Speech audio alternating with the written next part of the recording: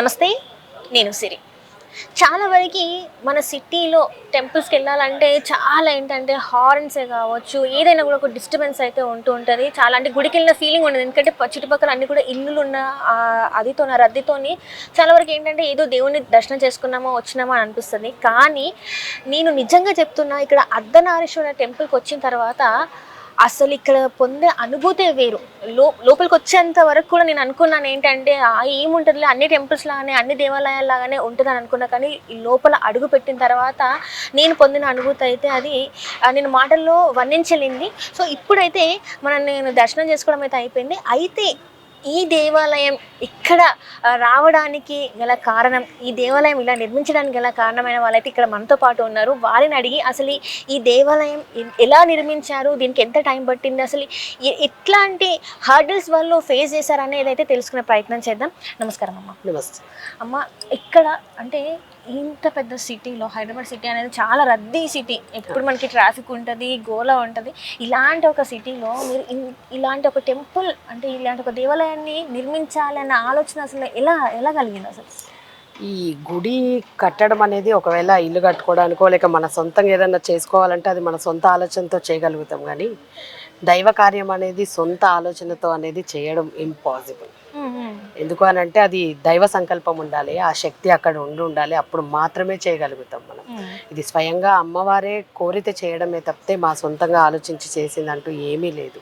అంటే మీకు చిన్నప్పటి నుంచి దైవ భక్తి ఎక్కువనా, అందువల్ల ఇప్పుడు ఇలాంటిది జరిగిందని అనుకోవచ్చా? అస్సలు దైవ భక్తి అని అంటే లైక్ మనుషులందరూ ఏమనుకుంటారంటే, భక్తి గురించి చెప్తాను మీకు నేను. దేవుడు ముందు వెళ్ళి మొక్కడము, ప్రదర్శనలు చేయడము, కొబ్బరికాయలు కొట్టడము, లేదా వడి బియ్యం సమర్పించడమో, ఏవో కానుకలు ఇవ్వడమో ఇది భక్తి అని చాలామంది అనుకుంటారు. కానీ నాకు తెలిసినంత వరకు మాత్రం భక్తి అని అంటే దేవుడికి దగ్గరగా ఉండడం కన్నా దేవుణ్ణి అర్థం చేసుకోవడం భక్తి అని నా ఉద్దేశం.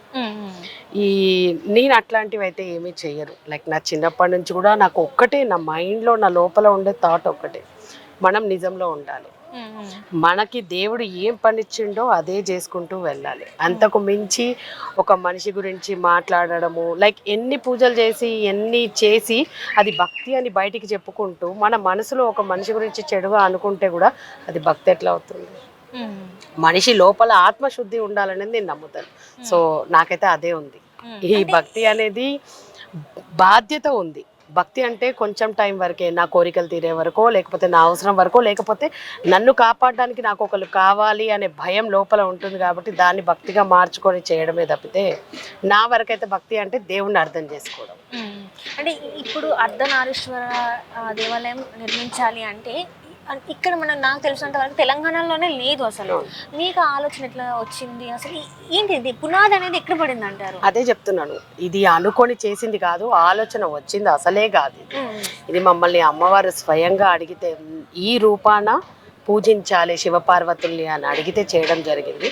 లైక్ లేవని కాదు, మన దగ్గర గుళ్ళు ఉన్నాయి, అర్ధనారీశ్వరుల గుళ్ళు ఉన్నాయి. మన తమిళనాడులో తిరుచెన్గూడలో అసలు మా ఈ కార్యం మొదలైందే మాకు అమ్మవారు అక్కడి నుంచి మొదలు పెట్టించిండ్రు. చాలా మంది ఏవేవో పిచ్చి పిచ్చి వీడియోలు చేస్తున్నారు. అసలు ఎక్కడైనా అర్ధనారీశ్వరుల గుడి ఉందా, వీళ్ళకేమన్నా తెలుసా, లేవా అని కూడా కొంతమంది అంటున్నారు. మేము అన్నీ తెలుసుకున్న తర్వాతనే ఈ కార్యం చేయడం జరిగింది. అందరికీ చెప్పుకోవడం వల్ల వచ్చేది ఏమీ లేదు, అవునా కాదా? తిరుచెన్గూడలో ఉంటుంది, అక్కడ కూడా నిరూపం. మేము కంపల్సరీ ఇయర్లీ వన్స్ అండ్ మాకు ఎప్పుడు టైం దొరికినా అక్కడికి వెళ్ళొస్తూ ఉంటాం మేము ఆ టెంపుల్కి. తిరుచెన్గూడలో ఉంటుంది అర్ధనారీశ్వరుల గుడి, కానీ అక్కడ రూపం ఉండదు. అండ్ ఇంకా మిగతా చోట్ల నాసిక్లో ఉన్నాయి, అక్కడ ప్లాస్టర్ ఆఫ్ ప్యారిస్తో చేసింది. ఇంకా అదర్ టెంపుల్స్లో ఉన్నాయి, అక్కడ కూడా ఇక్కడ కూడా అమ్మవారికంటూ ఈ రకమైన ఏకశిలలో 2 రూపాలు ఉండవు. లింగానికి అలంకరణ చేయడమో లేకపోతే అమ్మవారికి అలంకరణ చేయడమో ఈ రకంగా జరుగుతుంది. కానీ 2 రూపాలు ఒకే శిలలో కనిపించడం అనేది ఇదే మొదటిసారి మన దగ్గర. మిగతా చోట్ల కూడా ఉన్నాయి, పెద్దగా ఎన్నో అడుగులు ఉంది అది. అక్కడ కూడా మనకి ప్లాస్టర్ ఆఫ్ ప్యారిస్లోనే కానీ ప్రాణ ప్రతిష్ఠ చేయబడింది మాత్రం మన దగ్గరే. ఇక్కడ నేను విన్నది ఇక్కడ అంటే ఇక్కడ స్వామిని అడిగితే చెప్పింది ఏంటంటే ఫస్ట్ పెద్దమ్మ తల్లి అడిగింది ఆదేశం, ఆ తర్వాత ఇదంతా ఇలా జరిగింది. అంటే ఇంత పెద్ద నిర్మించడం అంటే అంత ఈజీ అయినా కాదు, అంటే ఒక్క రోజులో 2 రోజులు అయ్యే పని అయితే అస్సలకే కాదు. సో ఇంత మీరు ఎట్లా దీని మీద టైం పెట్టారు, ఎన్ని హర్డల్స్ ని మీరు ఫేస్ చేశారు? ఇది అందరూ అనుకుంటున్నట్టుగా ఈ గుడి కట్టేసిన తర్వాత ప్రారంభమైనది అయితే కాదు. మా జీవితంలో గత 8 సంవత్సరాల నుంచి దీనికోసం మేము ప్రయాణం చేస్తున్నాము అని మాకు మెల్లమెల్లగా అర్థమవుతూ వచ్చింది. సో అమ్మవారి ఆదేశం ఏంది అని అంటే మాకు అసలు ఈ అర్ధనాదేశ్వర రూపం అని ఈ గుడి కట్టాలని థాటే లేదు మాకెప్పుడు కూడా. దేవుడు ఒక కార్యం చెయ్యాలి ఇట్లాంటివి లేనే లేవు. అనుకోకుండా మా లైఫ్లోకి చిన్నమ్మ రావడం జరిగింది. ఆ అమ్మవారికి మామూలుగా ప్రతిష్ట చేయమని చెప్పడం జరిగింది అమ్మవారు మమ్మల్ని. సో అట్లా ప్రతిష్ట చేస్తున్న సమయంలో కూడా మాకు గుడి కట్టాలని లేకుండే అమ్మ. అనుకోకుండా అది అంత పెద్ద శక్తి అమ్మవారు మాకిచ్చి ఆమె మాకు ఒకటే చెప్పింది, మీరు కేవలం నేను చెప్పిన మాట మాత్రమే అనుసరిస్తూ చేస్తూ వెళ్ళండి అని చెప్పడం జరిగింది. మేము అదే పని చేస్తూ ఇవాళ ఇక్కడ ఉన్నాము. ఆ శక్తికి సేవ చేసుకునే అదృష్టాన్ని అమ్మవారు మాకు కలిగించినందుకు చాలా అదృష్టంగా భావిస్తున్నాం. నాకు తెలిసి ఇప్పుడు అసలు ఈ కాలంలో ఈ చినుకులు పడడం అనేది మామూలు విషయం కాదు. అంటే మనకి బ్లెస్సింగ్స్ ఇస్తున్నారేమో అని అనిపిస్తుంది నాకైతే. ఇది చాలా అంటే ఇప్పటి వరకు ఇంత వేడిగా ఉంది, సడన్ గా వర్షం పడుతుంది, నాకైతే నిజంగా ఒళ్ళు పులకరిస్తుంది, గూస్ బంప్స్ వచ్చేస్తున్నాయి నిజంగా. అసలు అంటే అమ్మ నేను ఇక్కడ వచ్చినంత వరకు కూడా నేను చూసినప్పుడు ఏమనిపించింది అంటే ఇది వాళ్ళ వెనకాల ఎవరో ఉన్నారు అంటే మీరు చెప్పినా కూడా అనిపించింది. నేను కూడా అట్లనే అనుకున్నా, వీళ్ళ వెనకాల ఎవరో ఉన్నారు, వెనకాల నుండి చేపిస్తున్నారు వీళ్ళని అని చెప్పేసి అనుకున్నాను. సో మీరు ఏం చెప్పాలనుకుంటున్నారు మరి? మీ వెనకాల ఎవరైనా ఉన్నారా అసలు ఏంటి? ఇంకొకటి ఏంటంటే విఐపీస్ కి నార్మల్ వాళ్ళకి అందరికి దేవుడి ముందు ఒకటేలాగా ట్రీట్మెంట్ ఉంటుందని కూడా చెప్తున్నారు. మరి అది ఎలా అంటారు? యాక్చువల్గా మా వెనక ఎవరైనా ఉన్నారని మాకైతే తెలియదు. మాకు తెలిసి మా వెనక ఉన్నది ఒకే ఒక్కరు, ఆ పెద్దమ్మ తల్లి. ఆ శక్తి మాత్రమే ఉంది, మమ్మల్ని నడిపిస్తుంది. మరి మనుషులకు ఏమన్నా ఉన్నారని ఎవరైనా బయట అంటుంటే మాత్రం తీసుకొస్తే మేము కూడా హ్యాపీగా ఫీల్ అవుతాం చూసి వాళ్ళని. ఎందుకంటే అమ్మవారిని అయితే వాళ్ళు తీసుకొచ్చి చూపించలేరు, మేము కూడా ఇంతవరకు చూడలేదు. ఆమె ఎట్లుంటుందో ఏందో, ఒక దేవుడు కళ్ళు తెరిస్తే మనం చూడగలుగుతామా? అంత మనుషులం మనం ఈ భూమి మీద ఎవ్వరము లేము. కేవలం ఆ తల్లి వాక్కుతో అనుసరించి నడుస్తూ చేయడమే తప్పితే ఇంకా ఏమీ లేదు. ఇక్కడ వెనక ఉన్నారు అని అంటే వీఆర్ సో హ్యాపీ దట్ ఎవరున్నారో మేము కూడా తెలుసుకోవాలనుకుంటున్నాం. అంటే ఇప్పుడు నేను ఒక వీడియో చూసాను, మొత్తానికి అయితే 9 సంఖ్యలో వచ్చేలాగా టెంపుల్ని అడిగారు అమ్మవారు అని చెప్పేసి అన్నారు. అంటే ఏంటి 9 అనేది ఎందుకు తీసుకున్నారు? 9 అనేది ఎందుకు తీసుకున్నాం మాకు కూడా తెలియదు. యాక్చువల్గా మేము ఆ గుడి కడుతున్నప్పుడు అమ్మవారు మమ్మల్ని 1800 అడుగుల స్థలం కావాలి నాకు అన్నారు. ఈ స్థలమే కాకుండా ఈ వెనక కూడా అంతా మాదే అనమాట స్థలం. 1800 అడుగుల స్థలం అడిగితే మేము కొలతలు వేపిస్తున్నాం. అసలు ఎక్కడికి వస్తుంది ఏంది మాకు తెలియదు కదా. 1800 అడుగులు అంటే అన్నీ వెతుకుతూ ఉంటుంటే ఒకవైపు ఏమో ఊరు అవతల, ఒకవైపు రోడ్ అవతలకి వెళ్ళిపోతుంది స్థలం 4 పక్కల. చాలా కన్ఫ్యూజ్ అయ్యి ఒక 1 వీక్ పట్టింది ఆ ప్రాబ్లమ్ని, ఆ పజిల్ని క్లియర్ చేసుకోవడానికి. తర్వాత చూస్తే అమ్మవారు ఎటు చూసినా కూడా 9తో కూడిన సంఖ్య ఆ డైమెన్షన్లో వచ్చేటట్టు అడిగినరు అని మాకు అర్థమైంది. ఆ తర్వాత మనకు శ్రీచక్రంలో అయినా అయ్యవారి భాగము 4 భాగాలు, అమ్మవారి భాగాలు 5 ఉంటాయి శ్రీచక్రంలో అయినా. సో ఇవన్నీ అనుసరించుకొని ఆ తర్వాత మాకు ఒక్కొక్కటి చేస్తూ ఉంటుంటే అర్థమైంది మన గుడి ఎటు నుంచి చూసినా కూడా మీకు 45 యాంగిల్లోనే ఉంటుంది అనమాట. సో ఈ గుడి నిర్మించే టైంలో మీకేమన్నా అంటే ఎక్కడి నుంచి ఎవరైనా బెదిరింపులే కానీ గుడి కట్టొద్దని కానీ లేకపోతే ఇంకేమన్నా మీకేమన్నా ఎదురైనాయా? అసలు ఏమీ రాలేదు. ఫస్ట్ ఆఫ్ ఆల్ మాకు అమ్మవారు చెప్పింది ఒకటే, అక్కడ మహాశక్తి, ఒక అతీతమైన శక్తి, 2 శక్తులు కలిసిన ఒక రూపం అక్కడ కూర్చోపోతుంది. లైక్ ప్రతిష్ట కాబోతుంది కాబట్టి మనుషులంటూ ఎవ్వరు దాన్ని ఏమి చెయ్యలేరు అని అది మేము ప్రత్యక్షంగా చూసినాం. ఇక్కడ ఎవ్వరు ఇంతవరకు ఒక చిన్న ప్రాబ్లం కూడా మేము ఫేస్ చేయలేదు. ఇంత పెద్ద గుడి కట్టిన పని చేసిన వాళ్ళకు కూడా ఎవ్వరికి ఏమీ జరగలేదు. నేను ఇక్కడ గురుగారిని కూడా అడిగాను, మరి ఇక్కడికి వచ్చిన అంటే ఇప్పటివరకు లింగ రూపంలో పూజ చేశారు అండ్ ఇంకొకటి ఏంటంటే అమ్మవారికి సపరేట్గా పూజ చేశారు, లింగ రూపంలో పూజ చేశారు. కానీ ఇప్పుడు ఇద్దరిని కలిపి పూజ చేయాలంటే ఎట్లా ఉంది అనుభూతాన్ని కూడా అడిగాను. చాలా అద్భుతంగా ఉంది, వాళ్ళ ఇంట్లో సమస్యలు కూడా తీరిపోయాయని చెప్తున్నారు. అసలు నిజంగా ఇంత అంటే ఆ శ్రీచక్రం కావచ్చు ఇదంతా అంటే మీ ఐడియానా లేకపోతే ఇదంతా కూడా మీకు అంటే చేయమని చెప్పిన కదా అమ్మవారి ఆదేశమే. ఏది మా సొంతంగా ఇక్కడ ఒక చిన్న ఇసుక రేణువు కూడా అది ఇట్లా కదపాలన్నా కూడా ఆ తల్లి ఆజ్ఞ వచ్చినప్పుడే చేస్తామే తప్పితే మా సొంతంగా మేమంటూ ఏది చెయ్యం. ఇక్కడ ఏదైనా సరే ఇక్కడ అమ్మ ఇక్కడ చూస్తే మనకి నవయోని యాగశాల, దాని వెనకాల ఏమన్నా కథ ఉందంటారా? మరి ఇలా అంటే నాకు తెలిసి కామాఖ్య అమ్మ దగ్గర ఇలా పూజ చేస్తారని తెలుసు, మళ్ళీ ఇక్కడ నేను వింటున్నా అక్కడ కూడా నేను ఎక్కడ ఇట్లాంటి ఇంత పెద్ద యాగం అంటే హోమగుండం అనేది నేను చూడలేదు. నేను పోయినా అక్కడికి లైక్ ఇది అమ్మవారి ఆజ్ఞనే. నవశక్తులు కలిసి ఉన్న నవయోని యాగశాల కావాలి అని అడిగితే దాన్ని చేయడం జరిగింది. ఇప్పుడు ఇప్పుడు అది అనుకోకుండానే మేము గుడి ప్రతిష్ట చేసినప్పుడు అనుకోకుండానే మా వాళ్ళకి ఇట్లా హోమగుండంకి తవ్వించండి అని చెప్పినాం. మాకు అది అట్లా వచ్చేసింది ఆ రూపం అనేది. అంటే తవ్వుతున్న ప్రక్రియలోనే అలా అది అనుకొని ఇంత కాస్త పెద్దదైపోయింది అది. సో దాని వల్లనే మేము అమ్మవారు కోరడం జరిగింది. అది అందుకే అట్లనే ప్రతిదీ కూడా అట్లా అంటే చేస్తుంటే ప్రతి క్షణము ఏదో ఒక రూపంలో ఆమె మాకు కనిపిస్తూ చూపిస్తూ ఉంటూనే ఉంటారు. అది అక్కడ జరుగుతూనే ఉంటది.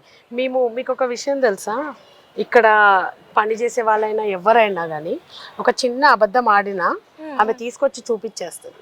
నేను ఎప్పుడైతే లోపలికి వస్తానో పొద్దున్నే వచ్చేస్తాను కదా, ఆమె దగ్గరికి వెళ్ళినప్పుడు నాకు ఇట్లా కళ్ళ ముందు చూపిస్తూ ఉంటుంది ఇక్కడిక్కడ ఇట్లా జరిగింది అని. నేను ఇమ్మీడియట్లీ వాళ్ళని పిలిచి అది అడిగితే అవునమ్మా జరిగింది మా వల్ల ఈ పని మేము చేసినామమ్మా అని అంటారు. మరి నాకెందుకు చెప్పలేదు అని అంటే భయమైందమ్మా అని అంటారు. ఏదన్నా ఉండండి మన అయ్యగారులు కానివ్వండి గుడి లోపల ఆమెకి అభిషేకం స్థిరంగా జరగకపోయినా సరే అది నాకు తెలిసిపోతుంది ఏదో ఒక విధంగా. లైక్ చాలా వింతలు విశేషాలు ఉన్నాయి ఇక్కడ. నిజంగా మీరు చెప్తుంటే నాకు ఒకలాగా లోపల నుంచి అయిపోతుంది. ఏంటంటే ప్రతిదీ తెలుస్తుంది. అంటే నేను ఇంతవరకు విన్నది ఏంటంటే కళలో, అంటే పాత కథలు విన్నప్పుడు పురాణాలు విన్నప్పుడు కళ్ళు ఇలా కనిపించి నాకు మధ్యలో ఒకసారి ఆరోగ్యం బాలేక నేను ఒక 1 వీక్ అట్లా కొంచెం గుడి మీద కాన్సన్ట్రేషన్ కొంచెం అది చేసి డాక్టర్ కొంచెం రెస్ట్ తీసుకోమనంటే ఒక 1 వీక్ అంటే ఈవినింగ్ టైమ్స్ వచ్చేలా మార్నింగ్ అవర్స్ రాలేదనమాట. ఆమెకి ఎందుకో తెలియదు. నేను ఎప్పుడు కూడా అసలు అట్లా తినాలి అని నాకు అనిపించదు. ఎప్పుడు లేని నాకు కోరిక కలిగింది అమ్మవారి దగ్గర ఉన్న కొబ్బరి తీసుకొని తినాలి అని చెప్పి. అంటే నాకు ఆ విషయం తెలియడానికి ఆమె చూపించిన నిదర్శనము. ఆమె దగ్గర కూర్చున్నా అనుకోకుండా పని వాళ్ళని నాకు కొంచెం కొబ్బరి పంచదార వేసి తీసుకొచ్చేయండి అన్న, బీపీ అదవుతుందని చెప్పి తెచ్చియమనంటే కొబ్బరి ఇచ్చిన కానీ పంచదార వేయలేదు. ఏమైంది అని చెప్పని అడిగితే లేదమ్మా అని అన్నారనమాట. ఎట్లా ఉండదు అభిషేకం చేసిండ్రు కదా ఇవాళ పొద్దున అని చెప్పని అన్నాను అనమాట. అంటే ఎప్పుడో అయిపోయిందమ్మా, అయిపోయి కూడా 4 రోజులు అయింది అని అంటే నేను ఇమ్మీడియట్లీ మా వాళ్ళని పిలిచి అడిగినాం అనమాట. అంటే అతను మాకు టెంపరవరీ పురోహితుడు వచ్చినుండే అనమాట అభిషేకంకి అప్పుడు. సో అడిగితే అతను లేదమ్మా అడ్జస్ట్ చేసి చేసేసినా అని చెప్పి అని అన్నాడు అనమాట. సో ఆమెకి క్రియలో ఏ ఒక్క చిన్న లోపం జరిగినా అది ఏదో ఒక విధంగా నాకు చూపించేస్తుంది అనమాట. ప్రతిదీ కూడా తనకి అమ్మవారికి నైవేద్యం విషయంలో ఏదైనా వీలేదన్నా తేడా చేసినా నేను ఎప్పుడైనా ఇక్కడ లేనప్పుడు అది ఇమ్మీడియట్లీ చూపించేస్తారు ఏదో ఒక రూపంలో. అంటే మనుషుల రూపంలో కాదు, ఆమెనే చూపిస్తుంది. వాళ్ళు గొడవపడైనా తెచ్చి నిజం మా ముందు పెట్టేస్తారు. మాకు అమ్మవారు చెప్పిందే అది, ఇక్కడ ఎవ్వరు అబద్ధంగా ఉన్నా వాళ్ళకి మళ్ళీ నేను దర్శనం ఇవ్వను అని చెప్పి మాకు అమ్మవారు చాలా క్లియర్గా చెప్పిండు. ఏ ఒక్క మనిషి నా ముందుకు వచ్చి మనసులో ఒకటి పెట్టుకొని బయటికి ఒకటి ఉన్నా, సృష్టికి విరుద్ధమైన కోరిక కోరినా, ఎన్నిసార్లు నా దగ్గరకు వచ్చినా ఆ కోరిక తీరదు. అండ్ వాళ్ళ లోపలున్నది అది తప్పైతే ఇంకొకసారి నా దగ్గరికి దర్శనానికి రారు వాళ్ళు అని చెప్పి మేము చాలా మందిని చూస్తున్నాం అట్లా.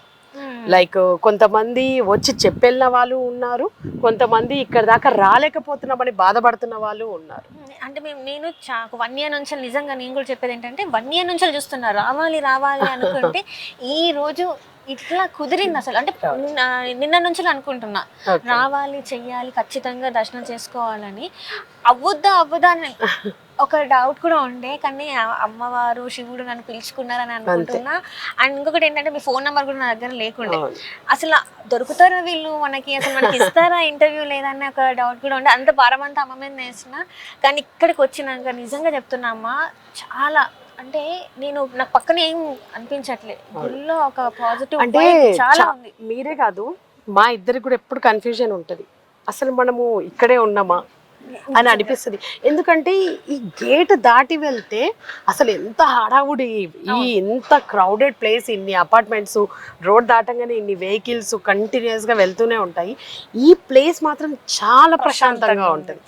మాకు పొద్దున లేస్తే మా లైఫ్లో ఇది తప్పితే ఇంకొకటి లేదు. అసలు మా జీవితంలో ఇక్కడికి రాని క్షణము అంటే ఒక రోజు ఉంటే మాత్రం మాకేదో వెల్తీగా ఉంటుంది. లైఫ్లో ఏదో చాలా ఇంపార్టెంట్ అయినది మిస్ అవుతున్నాము అన్న ఫీలింగ్ ఉంటుంది. మేము ఏదైనా గుడి పని మీద వెళ్ళినా కూడా ఒక 4 రోజుల కానీ పని వాళ్ళకి చెప్పి వెళ్తాము, కానీ 2 రోజులలో వచ్చేస్తాం. ఎందుకంటే ఉండలేము మేము అక్కడ. గుడి పని మీదే వెళ్తాం మేము మ్యాక్సిమం. ఎక్కడికి వెళ్ళినా కూడా ఏదైనా తేవడానికైనా చేయడానికైనా, కానీ అక్కడ కూడా ఉండలేము. ఎందుకో తెలియదు. మేము ఎక్కడికి వెళ్ళాలన్నా కూడా ఫస్ట్ ఇక్కడికి వచ్చి వాళ్ళ పాదాలని నమస్కరించుకున్న తర్వాతనే వెళ్తాం ఎక్కడికైనా సరే, ఆ తల్లిని చూసిన తర్వాతనే. అంటే ఇక్కడ ఒక పర్సనల్ క్వశ్చన్ నేను అడగాలో లేదో నాకు తెలియదు, కానీ నేను అడగాలనుకుంటున్నాను. ఏంటంటే మీరు ఒక వీడియో తీశారు, ఆ వీడియో తీశారు అంటే సార్తో కలిసి వీడియో తీశారు. అదేంటంటే ఆడవాళ్ళు పీరియడ్స్ టైంలో ఉన్నప్పుడు మూర్తులకు అంటే మన అమ్మవారికి పూజలు చేయొద్దు, లేకపోతే అభిషేకం చేయొద్దు అని మీరు చేస్తారని చెప్పడం జరిగింది. అది తర్వాత అసలు సోషల్ మీడియాలో అసలు మిమ్మల్ని కొంతమంది సపోర్ట్ చేస్తే, కొంతమంది మాత్రం బాగా మిమ్మల్ని టార్గెట్ చేశారు. సో దాని మీద మీ అభిప్రాయం ఏంటంటారు? అసలు నన్ను సపోర్ట్ చేసిన వాళ్ళందరికీ చాలా థ్యాంక్స్. ఎందుకు అనంటే నేనేం చెప్పినా వాళ్ళు అర్థం చేసుకుంటారు, అక్కడ కరెక్ట్గా వినగలిగిండ్రు. ఎవరైతే నా గురించి నెగిటివ్గా వీడియోస్ చేసినా ఏం చేసినా కూడా దానివల్ల నాకు పెద్ద ఇంపాక్ట్ ఏం పడలేదు. బికాజ్ ఏంది అనంటే నేను నిజమే మాట్లాడినా. ఒకవేళ నేను తప్పయి ఉంటే నేను అందరికీ చెప్పేది ఇదే, ఎక్కడో కెమెరా ముందు కూర్చొని తప్పుని సరి చేయడం కరెక్ట్ కాదు కదా. అంటే అందులో మీరు ఆ వీడియో మీరు చూసినట్టయితే, మీ మీద వీడియోలు తీసిన వాళ్ళు చూసినట్టయితే ప్రత్యేకించి ఆ రోజులలోనే అమ్మవారు చేయమని చెప్పిందంట. అసలు మీరు చెప్పిన వీడియో ఒక రకంగా ఉంటే ప్రత్యేకించి అని చెప్పి తను యాడ్ చేయడం అది ఎంతవరకు కరెక్ట్ అంటే? యాక్చువల్గా నేను చెప్పింది కూడా ఏంది అని అంటే, తను నన్ను అడిగింది 4 సంవత్సరాల నుంచి నేను చూస్తున్నాను, ప్రతి అమ్మాయి భయపడుతుంది పీరియడ్స్ ఉన్నప్పుడు గుడికి రావద్దు, ఒకవేళ ఆ టైంలో పూజ చేస్తే ఏదో జరిగిపోతుంది అనే భయంలో ఉంటారు, నీకేం కాలేదా అని అడగడం జరిగింది అక్కడ. సో నేను కూడా అదే చెప్పినాను, నువ్వు కూడా చూస్తున్నావు 4 years కింద నేను పూజ చేయడం జరిగింది, అమ్మవారికి అభిషేకం చేయడం జరిగింది. అది కూడా అనుకోని పరిస్థితులలో ఆ తల్లిని ఆ విధంగా వదలలేక ఆ భారం అంతా తల్లి మీదనే వేసి చేయడం జరిగింది. సో మన జీవితంలో కూడా ప్రతి ఒక్క అమ్మాయి ఎంతో ఆశపడి పూజకు అన్నీ తయారు చేసుకుంటూ ఉంటుంది. సడన్గా తనకి ఇంట్లో ఎవరు సపోర్ట్ చేసే వాళ్ళు ఉండరు, హస్బెండ్ అండ్ వైఫే ఉంటారు. పీరియడ్స్ వచ్చేసరికి ఏం చేస్తుంది అమ్మ? ఇంకొకటి కూడా ఏంటంటే, ఇప్పుడు మనము తిరుమల తిరుపతికి వెళ్తాం, అక్కడ వెళ్ళినప్పుడు లైన్ లో మధ్యలో వస్తే వెనక్కి రాము కదా. ఏదైనా అంతే. అదే కాదమ్మా, ఇప్పుడు ఎంత మూర్ఖులు తెలుసా? సరే పూజ చెయ్యొద్దు అనుకోండి, ఒకవేళ అటు నుంచి అమ్మవారి ఊరేగింపు వెళ్తే ఆ అమ్మాయి ఎంతో ఆశతో, చిన్న పిల్లలు ఇప్పుడు మెచ్యూర్ అవుతున్నారు, చూడడానికి వస్తే మరీ ఘోరంగా చూడొద్దు పాపం నడు అని అంటారు. అసలు ఎక్కడ పాపం? ఆ సృష్టికి మూలమైనదే అది, అమ్మవారే ఇచ్చింది, ఆ దైవమే ఇచ్చింది మనకి. అమ్మని చూసే అంత అది కూడా లేదు ఒక ఆడపిల్లకి. ఇప్పటికి ఈ జనరేషన్ లో కూడా ఇట్లా ఉంది అంటే అసలు దీన్ని ఎలా అర్థం చేసుకోవాలి? అసలు ఫస్ట్ ఆఫ్ ఆల్ చెప్పాలని అంటే, మనము ఒక భయాన్ని క్రియేట్ చేసిండ్రు ఒక అమ్మాయిలో, అర్థమైందా? ఆ టైంలో అమ్మాయి ఇంట్లో పని చేయొచ్చు, వంటలు చేయొచ్చు, పిల్లల్ని చూసుకోవచ్చు, అన్నం వడ్డించవచ్చు, అన్నీ చేయొచ్చు. ఇప్పుడు జరుగుతుంది అవన్నీ. ఒకప్పుడు అంటే మన పూర్వీకులు నిజంగానే విశ్రాంతి ఇచ్చి అమ్మాయిని ఏం ముట్టుకోనియలేదు. ఇప్పుడు అది జరుగుతుందా? అది జరగనప్పుడు దాన్ని మాత్రం చేయమని చెప్తున్నారు, ఇది మాత్రం ఖండిస్తున్నారు. బ్రహ్మహత్య, ఇంద్రుడి శాపం అమ్మవారు తీసుకుంది, ఇంకా ఎన్ని శాపాలు ఒక ఆడపిల్ల తీసుకోవాలి? ఎన్నో పాపాలు చేసి ఒక మగవాళ్ళు మాత్రం వెళ్ళి పూజలు చేయొచ్చు, అన్నీ చేయొచ్చు, అన్ని రకాల ఏ కల్మషం లేకుండా ఒక తల్లి తన జీవితాన్ని, అంటే ఒక ఆడపిల్ల తన జీవితాన్ని మొత్తం త్యాగం చేస్తూ బ్రతుకుతూ ఉంటుంటే, అనుకోని సిచ్యువేషన్స్లో తను చేయాల్సి వస్తే తప్పేముంది? ఇప్పుడు చాలా మంది మనం చూసుకున్నట్టయితే ఒక ఆవిడ ఉంది, గోవింద సేవ, తను మిమ్మల్ని సత్యభామ చాలా వరకు మిమ్మల్ని అంది కదా. మీరు ఏమన్నా తనకి మరి ఏమన్నా వీడియో చేసి పెట్టారా, లేకపోతే ఫోన్ ఏమన్నా చేసి మాట్లాడారా? అస్సలు నేను వీడియో చేయలేదు, ఫోను తనకి తన గురించి తెలుసుకోవాలని అది కూడా లేదు. I really appreciate her. ఎందుకు అని అంటే, ఇప్పుడు నిజంగా ఒక దైవ కార్యం చేస్తున్న వాళ్ళు ఒక పని చేసినప్పుడు దానిలోంచి సంపాదించుకున్న జ్ఞానాన్ని నిజంగా అది దేవుడి కోసమే అయితే, దేవుడు అందులో ఏం నేర్పిస్తున్నాడు? ఒక మనిషిని ద్వేషించమని కాదు, దూషించమని కాదు. అవునా కదా? ప్రతి ఒక్క మనిషి తెలుసుకోవాల్సింది కూడా ఒక దైవ కార్యము, సమాజానికి ఒక మంచి మెసేజ్ ఇస్తున్నాము అని అంటే వాళ్ళ తప్పులు వీళ్ళ తప్పులు వేలెత్తి చూపించడం కాదు, దాన్ని సరి చేయడమే ఒక బాధ్యత కలిగిన మనిషి చేసే పని అది. నేను తన విషయంలో నాకు ఎట్లాంటి అది లేదు. ఇంకా తన కామెంట్స్ అన్నీ నేను చాలా బాగా చదువుతాను. ఐ ఫెల్ట్ వెరీ హ్యాపీకి. నేను చాలా వరకు చూసిన ఆ కామెంట్స్ పెట్టిన వాళ్ళంతా జస్ట్ తన ఫాలోవర్స్, ఐదర్ దెన్ దట్ ఇంకెవ్వరూ లేరు. అంటే ఇప్పటి వాళ్ళని అంటే వాళ్ళని ప్రోత్సాహం కాదు, ఎడ్యుకేట్ చేయాల్సింది పోయి ఇంకా కూడా మైలు అనుకుంటూ ముట్టుకోవద్దు, పూజలు చేయొద్దు. ఫస్ట్ ఆఫ్ ఆల్ తన గురించి నేను ఒక విషయం చెప్పాలా. పాపం తను తొందరపడి అందరి వీడియోస్ చేసేస్తుంది కానీ అక్కడ రియల్ గా ఏంది అనేది వినలేదు తను. సదరు మహిళ అంట, ఈ గుడి వ్యవస్థాపకుడు అంట, అసలు మేమేందో మా స్థానం ఏందో ఇక్కడ ఏమి కూడా ఆమెకి తెలియదు. తెలియకుండానే మాట్లాడేసింది. అండ్ ఆ తర్వాత సెకండ్ ఇంకొక వీడియో చేసింది నెక్స్ట్ డే నేను లైవ్ పెట్టిన తర్వాత. ఆ వీడియో చూసి గుడి వ్యవస్థాపకురాలు ఆమెనంట 4 సంవత్సరాల నుంచి ప్రత్యేకంగా అదే రోజులో వెళ్ళి పూజ చేస్తుందంట అనంట. సో ఇక్కడే అందరూ అర్థం చేసుకోవాలి తన తొందరపాటు ఏంది అనేది. తనని ఫాలో అయ్యే వాళ్ళు కూడా అర్థం చేసుకోవాలి. ఈమె నుంచి మేమేం నేర్చుకుంటున్నాము, పాపాన్ని మూటగట్టుకుంటున్నాము, కర్మని పెంచుకుంటూ పోతున్నాము అనేది వాళ్ళు అర్థం చేసుకోవాలి. ఇంకొక మాట కూడా అంది, మీరు విన్నారో లేదో తెలియదు కానీ ఈ ముస్లిం వాళ్ళు ఇలాంటివన్నీ చేపిస్తూ ఉంటారు, లవ్ జిహాద్ అని తన వీడియోలో ఉంటది. మరి దానికి మీరేం ఆన్సర్ చెప్తారు? నాకు తెలిసినంత వరకు మనుషులందరూ ఒకటే అమ్మా. ఈ కులము మతము ఇవన్నీ పెట్టుకుంది మనము. దేవుడు ఏ రోజైనా నోరిప్పి నీది కులము నీది మతము, నువ్వు ఇది చెయ్యు నువ్వు ఇది చెయ్యు అని చెప్పిండా? నువ్వు అంటరాని వాడివి, నువ్వు ముస్లింవి, నువ్వు క్రిస్టియన్వి అని చెప్పిండా? లేదు. ఎవరి ఇష్టం ఉన్న రూపంలో ఎవరి మనసులో ఉన్న రూపాన్ని తలుచుకుంటూ ఆ భావనలతో ఆ పేర్లతో కొలుచుకుంటున్నారు. ఇది చేసినంత మాత్రాన మరి మన హిందువులలో ఎన్ని తప్పులు చేస్తున్న వాళ్ళు ఉన్నారు. సనాతన ధర్మం అని అంటున్నారు, ఎవరు కాపాడుతున్నారు? సనాతన ధర్మం ఏం చెప్తుంది? ఒక మనిషిని తిట్టమని చెప్తుందా, లేకపోతే గలీజ్గా వాళ్ళ గురించి మాట్లాడమని చెప్తుందా? దైవ కార్యం చేయడం అంటే ఏంది? దైవ సేవ అంటే ఏంది అసలు? ఫస్ట్ ఆఫ్ ఆల్ తన క్యాప్షన్, తన యూట్యూబ్ ఛానల్ పేరు విని నాకు నవ్వొచ్చింది. గోవింద సేవ అంటే ఆ గోవిందుడు చేసిన పని ఏంది? ఈమె మాట్లాడే మాటలేంది? ఆ స్వామి ఏం చెప్తున్నాడు? ఇట్లా ఏమీ కాకుండా ఇంకా మిమ్మల్ని ఇట్లా బాధ పెట్టిన వాళ్ళు ఎవరైనా ఉన్నా అంటే మీరు బాధపడలేదని చెప్తున్నా. అస్సలు బాధపడలేదు. ఇప్పుడు కూడా నేను ఏ విషయాన్ని కూడా బాధపడను. బాధపడితే మేము ఎంత పెద్ద కార్యమే చేయము. ఒకటమ్మా, వీళ్ళందరూ మనిషి అనేవాడు తన సొంత బుద్ధితో ఆలోచించడం మానేసింది. ప్రతి మనిషి కూడా ఈ మనసుతో, దేవుడిచ్చిన మనసుతో ఆలోచించడం మానేసి ఇక్కడితో మాత్రమే ఆలోచిస్తున్నాడు. మీకు ఇంకో విషయం తెలుసా? కళ్ళు 2 అయినా చూసేది ఒకటే దృష్టి, అవునా కదా? మన నాస్ట్రిల్స్ 2 కానీ శ్వాస ఒకే విధంగా, చెవులు 2 వినడం ఒకే విధంగా, నాలిక ఒకటైనా కూడా 2 రకాలు ఉంటాయి. మాట 2 విధాలుగా మాట్లాడతాం మనం. సో ఎంత తేడా ఉంది. మనము చెప్పేది దేంతోటి? ఈ చెవులు వినాలన్నా, కళ్ళు చూడాలన్నా, అవతల మనిషికి ఏదైనా చెప్పాలన్నా ఈ నాలుకనే కదా. 2 రకాలుగా మాట్లాడుతుంది.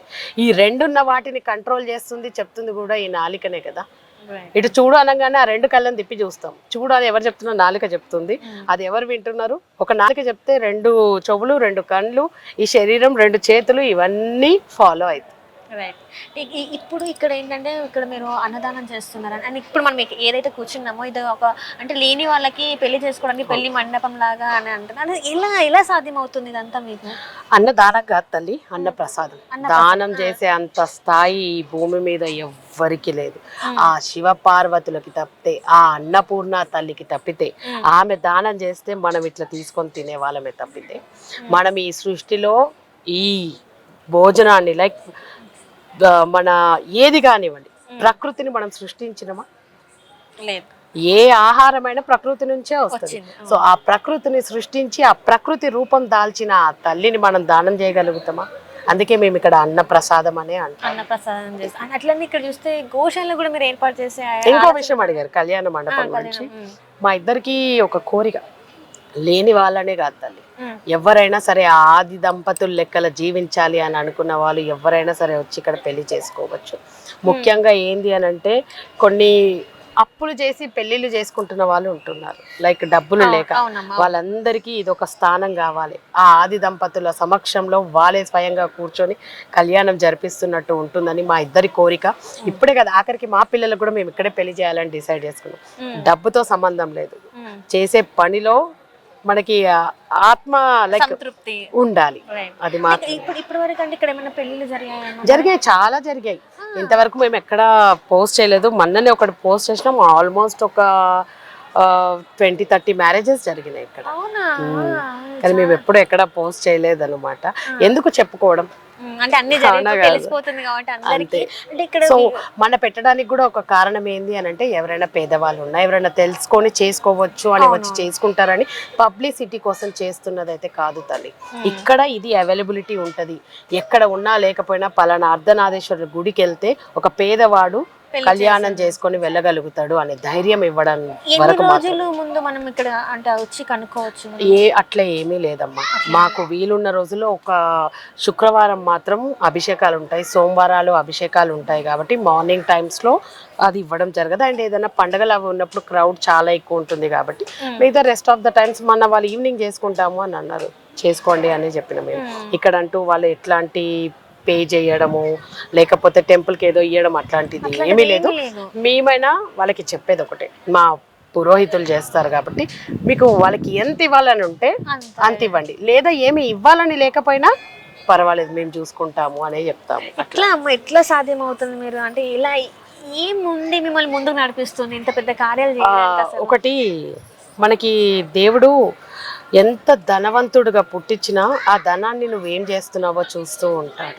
ఎందుకంటే ఇక్కడ మీకు టికెట్ లేదు, ఏది అడిగినా కూడా అన్ని ఫ్రీ అంటున్నారు, అభిషేకాలు ఫ్రీ అంటున్నారు. ఇందాక గురుగారు చెప్పారు ఏంటంటే మూర్తుల్ని విగ్రహమూర్తుల్ని తీసుకొచ్చి భక్తులతో చేపిస్తారంటే నేను ఫస్ట్ టైం వింటున్నాను అమ్మా. ప్రతి సోమవారము శుక్రవారము మార్నింగ్ 6:30 నుంచి స్టార్ట్ అవుతాయి అభిషేకాలు. ఆఫ్టర్నూన్ 12 వరకు కంటిన్యూస్ గా ఎవ్వరు వచ్చినా సరే, గొప్ప వాళ్ళు రానివ్వండి, పేదవాళ్ళు రానివ్వండి, ఇక్కడ అంటూ మాకు భేదం ఉండదు. అందరూ సమానంగా అక్కడ అభిషేకాలు చేసుకొని గోత్రనామాలు చదివించుకొని లోపలికి వెళ్ళి ఆది దంపతుల దర్శనం చేసుకొని ప్రసాదం స్వీకరించి వెళ్తారు. అది మాకు చాలా సంతోషాన్ని కలిగిస్తుంది. అది ఒకటి అమ్మ, మేము గొప్పగా బ్రతకడం కన్నా ఆ దేవుడికి మనిషికి మధ్యన దూరాన్ని తగ్గిస్తున్నాం చూడండి, అది మాకు చాలా సంతృప్తిని కలిగిస్తుంది. ఎందుకంటే మనము తిరుమల వెళ్ళినా కూడా దేవుని దర్శించుకోవాలంటే విఐపి దర్శనం అని ఉంటది, సాధారణ దర్శనం, సర్వదర్శనం అని ఉంటది. ఇట్లా చాలా ఇక్కడెక్కడో శ్రీవారు ఉంటే అక్కడెక్కడ నుంచి చూడాలి, కానీ ఇక్కడ అట్లా లేదు. దగ్గరగా అందరినీ వెళ్ళి చూసే అవకాశం. అదే కదమ్మా, మనం ఎవ్వరము వాళ్ళని ఆ శక్తి అక్కడ తలిసి వచ్చి కూర్చున్నప్పుడు మేమెవరం చెప్పండి? శాశ్వతమా? వాళ్ళు శాశ్వతం, మేము వెళ్ళిపోతాము కానీ వాళ్ళు ఇక్కడే ఉంటారు. సో వాళ్ళకి అంతే, మేమెవరం చెప్పండి? ఈ దర్శనాలు టికెట్లు చాలా మంది నాకు ఈ మధ్య మాదొక వీడియో పెడితే చాలా మంది కామెంట్స్ పెడుతున్నారు, గుడి ఎవరు నడుపుతారు అది ఇది అని చెప్పి. దేవుణ్ణి నడిపేంత గొప్ప వాళ్ళమా? ఎప్పుడైనా దేవుణ్ణి అడిగిండా? ఏది సింగిల్ పెన్ని ఇప్పటి వరకు తీసుకోలేదు. ఇన్ ఫ్యూచర్ కూడా మేము తీసుకోం, మా పిల్లలకు కూడా మేము అదే నేర్పిస్తున్నాం. లైక్ మాకు వచ్చిన దాంట్లో ఆ దేవుడు మాకు ముందే ఇచ్చున్నాడు. మాకు వచ్చిన దాంట్లో నుంచే ఏముందమ్మా, మేము మా జీవితాన్ని ఇక్కడ అంకితం చేసినప్పుడు మేము మా కోసం చేసుకునే దాంట్లోనే ఇంతమందికి భోజనం పెడుతున్నాము. అవునా కదా? ఇప్పుడు ఎంత కాదన్నా మేము ఎంత లగ్జరియస్గా బతకాలనుకున్నా, ఒకవేళ నార్మల్గా బతికినా 1 లక్ష 2 లక్షలు దేవుడు ఏం కోరుతాడు? ధూప దీప నైవేద్యం చేయాల్సింది ఆత్మశుద్ధితో. నాకు వజ్ర వైడూర్య కిరీటాలు పెట్టమని దేవుడు అడిగిండా? అది మన తృప్తి కోసం పెట్టుకుంటాము. ఇప్పుడు ఎవరైనా భక్తులు ఒకవేళ మేము ఇక్కడ మొక్కుకున్నాం, ఇది చేపిస్తామని మొక్కుకున్నాం అని ఏదైనా బంగారు హారము ఏదైనా ఇస్తే మరి దేవుని నేను స్వీకరించను. మీరు అస్సలు. వాళ్ళు ఒక రైస్ బ్యాగ్ తెచ్చిచ్చినా నేను యాక్సెప్ట్ చేయను. లేని పేదవాళ్ళకి పెట్టమని చెప్తున్నాను. ఈ పక్కనే స్లమ్ ఉంటుంది, అక్కడికి వెళ్ళి వాళ్ళకి ఇవ్వండి. మీరు ఇక్కడ ఇస్తే నేను ఏం చేస్తాను అంటే అలంకరణ కోసం ఏదన్నా గోల్డ్ చైన్ కానీ ఏమీ తీసుకోం. అసలు నేను బియ్యమే తీసుకోనంటే బంగారం ఎక్కడ దాకా? బంగారం ఎందుకమ్మా? మాకు ఏమీ వద్దు. మమ్మల్ని ఏమో అమ్మవారు అడగలేదు ఈ రోజు వరకు. 4 సంవత్సరాల నుంచి నాకు ఈ ఉత్సవం చెయ్యు, నాకు ఆర్భాటంగా ఇది చేయండి, అలంకరణ చేయండి, ఈ రోజు వరకు అడగలేదు. అండ్ మాకు అమ్మవారు చెప్పింది కూడా ఒకటే, దయచేసి ఇక్కడ నాకు బలి కూడా ఇవ్వకూడదు. ఎందుకు అని అంటే, మీరు మీ పిల్లల్ని చంపుకొని తింటారా? లేదు కదా. ఈ సృష్టిలో ప్రతి చెట్టుని, చేమని, పుట్టని, ప్రతి పక్షిని, ప్రతి జీవిని అమ్మ సృష్టించింది. అట్లాంటి అమ్మ నాకు ఒక మేకని తెచ్చి బలిచ్చి ఆ రక్తాన్ని చూపియండి అని ఎట్లా కోరుతుంది? కానీ ఇక్కడ చూసినా కూడా మనకి ఫేమస్ పెద్దమ్మ టెంపుల్, ఇక్కడ కూడా బలిలు ఖచ్చితంగా కదా మేకని. ఏమో మా వరకైతే అది అమ్మవారు మాకు తప్పని చెప్పడం జరిగింది. ఈ బలి అనేది మనం మన అవసరార్థం సృష్టించుకున్నది. అసలు అమ్మకి కోపం వస్తుందా? అమ్మ శాంతి రూపం అని మనమే చెప్తున్నాం, జగత్ జనని అని చెప్తున్నాము, అవునా కదా? ఈ జగత్తుని సృష్టించిన తల్లికి కోపం వస్తే ఎన్ని పాపాలు జరుగుతున్నాయి. ఒక ఒక జీవిని తెచ్చి బలిస్తే అమ్మ శాంతి అవుతుందా? ఎందుకు నువ్వు చేసిన పాప పుణ్యాలు పోగొట్టుకోవడానికి, పుణ్యం తెచ్చుకోవడానికి బలిస్తావా అసలు? చెప్పండి, అది ఎంత వరకు తప్పు చెప్పు. లేదమ్మా అస్సలు, అంత నార్మల్ గానే మేము అసలు యాక్సెప్ట్ చేయం. ఫస్ట్ ఆఫ్ ఆల్ ఇక్కడ ఎంత నిజం ఉంది తల్లి. మనం కన్న బిడ్డల్ని తీసుకెళ్లి బలిచ్చి మనం పెట్టుకొని తినగలుగుతామా? ఆ తల్లి సృష్టించిన, ఆ తల్లి జీవం పోసిన ఆ మూగ జంతువుని తీసుకొచ్చి కోసి పెడితే ఆ తల్లి ఎట్లా యాక్సెప్ట్ చేస్తుంది? అంటే మనం ఫస్ట్ నుంచి కూడా చూసుకుంటే బలులే, అంటే అదే అంటున్నా నేను. ఆ బలులు ఎందుకు ఇవ్వాలి? బలులు ఎందుకు ఇవ్వాలి? ఎక్కడన్నా నేను ఒకటే అంటున్నా, ఏ దైవమైనా ఆ తల్లి నోరిప్పి ఎవరినైనా నాకు బలి ఇవ్వండి అని అడిగింది. ఒక మనిషి చెప్తేనే వినడం జరిగింది. మనం బలి ఇవ్వాలి, అమ్మవారు బలి అడుగుతుంది అని, కానీ అమ్మ నోరిప్పి చెప్పిందా? లేదు. అర్థం చేసుకోవాలి మనుషులు కూడా, మనం ఏం ఆలోచిస్తున్నాం, ఏం చేస్తున్నాము, ఏంటిది అని చెప్పి. బలి ఇవ్వడం వల్ల ఏం జరుగుతుంది? ఎవరు తింటున్నారు? ఆమె తింటదా? మళ్ళీ మనమే తింటాం, చుట్టాల పక్కాలను పిలుచుకుంటాము, తింటాం. సో మొత్తానికి అయితే ఇక్కడ ఇంకేమన్నా చేయాలని మీరు ఏమైనా ప్లాన్, అంటే ప్లాన్ అంటే కాదు, మీకు అన్ని ముందే అమ్మవారు చెప్తారని అంటున్నారు. ఇక్కడ చూస్తే ఇప్పుడు అయితే ఇక్కడ గోశాల కూడా మీరు ఏర్పాటు చేద్దామని అనుకుంటున్నారా? ఎలా? యాక్చువల్గా ఆల్రెడీ ఇప్పుడు ఉన్నాయి, 3 గోవులు ఉన్నాయి, జరుగుతుంది. అదొక మూర్ఖమైన మనుషులు పాపం వాటిని బాగా హింసిస్తూ ఉంటారు. నాకు చాలా బాధ అనిపిస్తుంది వాటిని మనుషులు పెట్టే బాధ.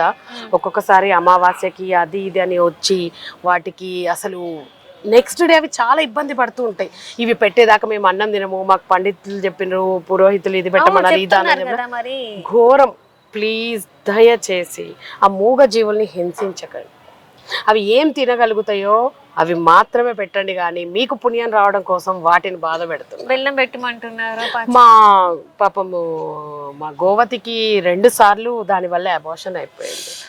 మేము చెప్తూనే ఉంటాము, నేను తను ఎప్పుడు కూడా, కానీ అయినా కూడా ఏదో ఒక రకంగా తెచ్చి పెట్టేసి వెళ్ళిపోతున్నారు. ఒక్కసారి ఆలోచించాలి, తెలుసుకొని గమనించి ఏదైనా సరే ఒక పని చేయాలి. ఎక్కడ మీరు పాపం ఎందుకు చేయాలి? దేవుడు ముందుకు వచ్చి పుణ్యం కోసం అని చెప్పి ఇవన్నీ ఎందుకు చేయాలి? ఈ పరిహారాలు ఎందుకు చేయాలి? ఆ పాపం చేయకపోతే అయిపోతుంది కదా. ఒకడికి మోసం చేయకపోతే అయిపోతుంది, ఒక అబద్ధం ఆడకపోతే అయిపోతుంది, నీ బతుకు నువ్వు బతికితే అయిపోతుంది, ఒకటి గురించి తప్పు మాట్లాడకపోతే అయిపోతుంది. ఇవన్నీ చేసుకుంటా దేవుడు ముందుకు వచ్చి పరిహారాలు కావాలి, ఈ పూజ, ఈ దానం ఏమి చేసినా ఏమి ఫరక్ పడదు. దేవుడైనా వదులుతాడేమో కానీ కర్మ అవుతుంది. అట్లనే ఇక్కడ యాగశాలలో యాగాలు ఏ టైంలో చేసుకోవచ్చు? అంటే ఎలాంటివి? మనం ఇక్కడ మనుషులతో ఏమి చేపియమమ్మా, ఎందుకంటే మనకు ఆ అర్హత లేదు.